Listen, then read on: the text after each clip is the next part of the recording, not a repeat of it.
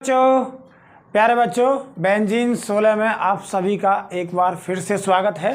तो प्यारे बच्चों, इससे पहली वाली वीडियो में हमने आपको 7.1 प्रश्नावली बताई थी, ठीक। और अब हम उससे आगे आपको पढ़ाएंगे। तो उसमें हमने 1 से लेकर के 18 क्वेश्चन कर लिए थे। क्या कर लिए थे? 1 से लेकर के 18 तक हमने कर लिए थे। और जो हम 19वां क्वेश्चन कर रहे थे तो लाइट चली गई थी प्यारे बच्चों, ठीक। तो वो अधूरा रहेगा था, क्वेश्चन कंप्लीट नहीं हो पाया था। तो उस क्वेश्चन को हम कंप्लीट करेंगे हम, ठीक। तो हम क्वेश्चन 19 से स्टार्ट करेंगे। और क्वेश्चन 19 इस तरह से है।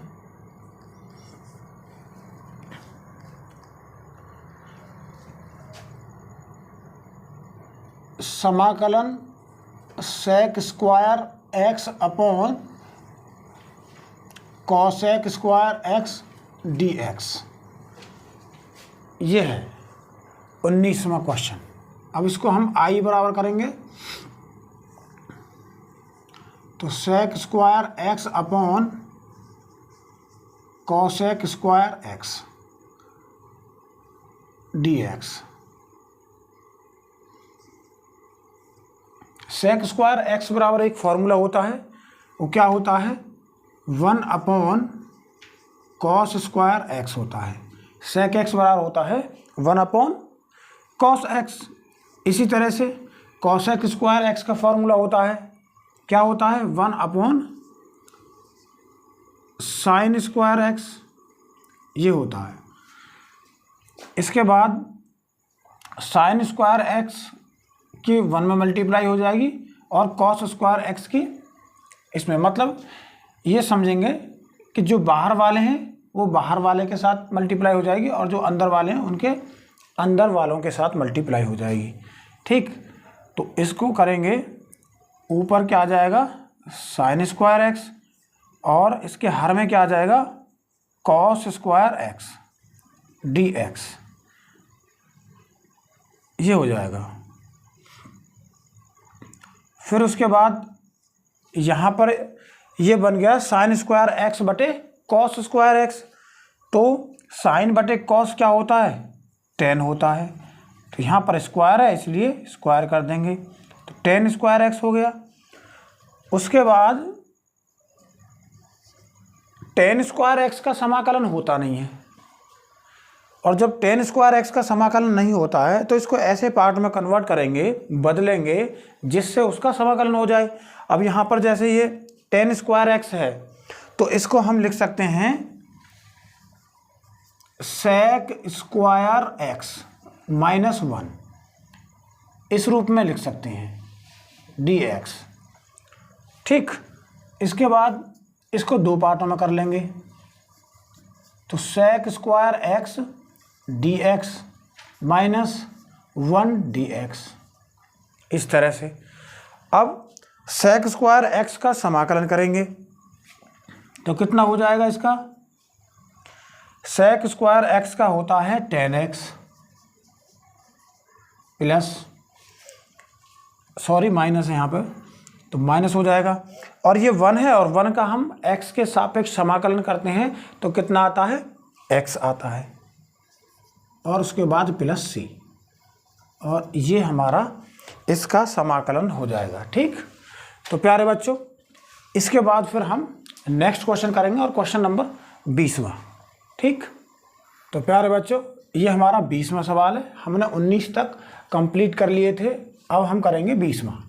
तो इसका समाकलन करेंगे तो आई बराबर, पहले इसको समाकलन के रूप में लिखेंगे, अपॉन कॉस स्क्वायर एक्स, ये हो गया, ठीक। उसके बाद इसको 2 पार्टों में कन्वर्ट करेंगे, 2 माइनस 3 साइन एक्स, ये 2 पार्ट हैं।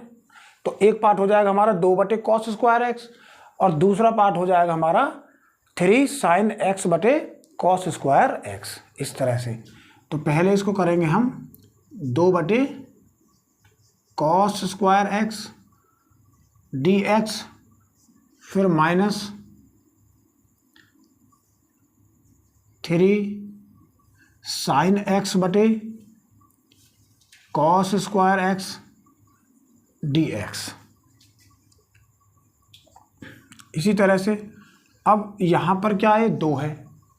2 कैसा नंबर है, स्थिरांक है, कांस्टेंट है, तो मैं इसको क्या कर लूँगा, बाहर कर लूँगा। तो कितना हो जाएगा, ये 1 कॉस स्क्वायर एक्स है, और 1 कॉस स्क्वायर एक्स क्या होता है, सेक स्क्वायर एक्स होता है। तो यहाँ पे कर देंगे sec square x D x minus. इसी तरह से यहाँ 3 कांस्टेंट नंबर है, तो इसको बाहर कर लेंगे ऐसे। उसके बाद इसको ब्रेक करेंगे साइन एक्स अपॉन कॉस में इंटू 1 अपॉन कॉस में। तो ये कितना हो जाएगा, sine x upon cos x into 1/कॉस एक्स डी एक्स टू। अब यहाँ पर सेक स्क्वायर एक्स का समाकलन कितना होता है, 10x होता है -3, और इसको हम पहले साइन एक्स बटे कॉस एक्स है, तो इसका मान होता है 10x इंटू, और ये क्या होता है, सेक एक्स डी एक्स। तो ये क्या हो जाएगा, ये हो जाएगा 10x - 3। अब इसका समाकलन क्या होता है, 10x इंटू सेक एक्स। तो इसका समाकलन होता है सेक एक्स का। क्या होता है प्यारे बच्चों, सेक एक्स। सेक एक्स का समाकलन होता है हमारा, मतलब 10x इंटू सेक एक्स का समाकलन होता है प्यारे बच्चों सेक एक्स, और ये करेंगे +c। ठीक, अब ये हमारा 20वां क्वेश्चन कंप्लीट हो गया प्यारे बच्चों।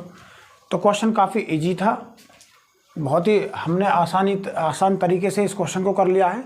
अब इसके बाद हम इसी प्रश्नावली का क्वेश्चन नंबर 21वां करेंगे। तो प्यारे बच्चों वीडियो के साथ बने रहना है, कॉपी पेन लेकर के बैठना है। तो प्यारे बच्चों 21वां क्वेश्चन हमारा क्या है, √x + 1 अपॉन √x है, और इसका समाकलन करेंगे हम। तो √x + 1 अपॉन √x इस तरह से है। तो इसको भी 2 पार्टों में करेंगे। एक पार्ट हमारा क्या है, √x है, दूसरा पार्ट क्या है, 1 अपॉन √x है। ठीक, तो इसको 2 पार्टों में करेंगे। तो ये कितना हो जाएगा, यहाँ पे √x हो जाएगा, और dx प्लस इसी तरह से 1 अपॉन ये क्या हो जाएगा, √x dx। उसके बाद √x dx, तो इसको मैं x की पावर 1/2 के रूप में लिखूँगा, प्लस इसी तरह से ये क्या हो जाएगा, 1 अपॉन √x को मैं x की पावर 1/2 के रूप में लिखूँगा dx। इसी तरह से ये कितना हो जाएगा, x की पावर 1/2 dx, प्लस फिर यहाँ पर x की पावर -1/2 dx। क्योंकि ये हर में है और हर को हम ऊपर लेके जाएंगे, तो इसकी जो पावर है वो किस में जाती है, माइनस में जाती है। और इसका समाकलन करेंगे तो कितना हो जाएगा, x की पावर 1/2 + 1 अपॉन 1/2 + 1। इसी तरह से इसका समाकलन करेंगे तो इसका समाकलन कितना हो जाएगा, x की पावर -1/2 + 1 अपॉन -1/2 + 1 प्लस c। इसका हमने समाकलन कर लिया है। अब इसको सॉल्व करते हैं। तो x की पावर कितना हो जाएगा, 2 एकम 2 और 1 3, मतलब x की पावर हो जाएगा 3/2। इसी तरह से यहाँ पर भी 3/2 हो जाएगा, प्लस, और इसको करेंगे तो x की पावर कितना हो जाएगा, 2 एकम 2 पॉजिटिव के, तो यहाँ पर आएगा 1/2, क्योंकि 2 एकम 2, 2 में से 1 कम करेंगे तो 1 बचेगा। और इसी तरह से इसको सॉल्व करेंगे तो 2 एकम 2, 2 में से 1 कम करेंगे तो कितना हो जाएगा, 1, तो यानी 1/2 हो जाएगा, प्लस c। उसके बाद यहाँ पर ये 2 ऊपर पहुँच जाएगा, तो ये लिखेंगे 2/3 x की पावर 3/2 प्लस, इसी तरह से 2x की पावर 1/2 प्लस c, और ये हमारे क्वेश्चन का क्या आ जाएगा, आंसर आ जाएगा। और बच्चों इसको ऐसे भी कर सकते हैं, x की पावर 1/2 इसको अंडर रूट में हम लिख सकते हैं। ठीक, तो इसके बाद हम इसका नेक्स्ट क्वेश्चन करेंगे, क्वेश्चन नंबर 22। तो प्यारे बच्चों, अब जो हमारा ये नेक्स्ट क्वेश्चन है, क्वेश्चन नंबर 22, ये इतना इम्पोर्टेंट है, ये परीक्षा में पूछा जाता है, तो इसको ध्यान से समझेंगे, क्योंकि ये प्यारे बच्चों क्वेश्चन ये पहले भी कई बार पूछा गया है, इसलिए मैं इसको आप लोगों के लिए सजेशन देता हूं कि इस क्वेश्चन को अच्छी तरह से समझना है, और समझ में नहीं आए तो वीडियो को 1-2 बार देख लेना, अच्छी तरह से आ जाएगा। एक बार में तो कोई भी चीज़ समझ में नहीं आती है प्यारे बच्चों, तो दूसरी बार देखना, नहीं आती है तो तीसरी बार देखना, तो तीसरी बार में 100% आ जाएगी। ठीक, तो इसी तरह से प्यारे बच्चों अब इसको हम करेंगे। तो इसमें है क्या, यानी ये दिया गया d/dx f ऑफ x बराबर इतना दिया गया है, जिसमें f ऑफ 2 का मान हमारा क्या दिया है, 0, तो हमें इसका मान याद करना है। ठीक, तो कैसे करेंगे, तो सबसे पहले इसको लिखेंगे d/dx f ऑफ x बराबर 4x की पावर 3 माइनस 3/x की पावर 4। ठीक, अब इसका क्या करेंगे, हम इसका समाकलन करेंगे, दोनों पक्षों का समाकलन करने पर। तो ये लिखेंगे दोनों पक्षों का समाकलन करने पर।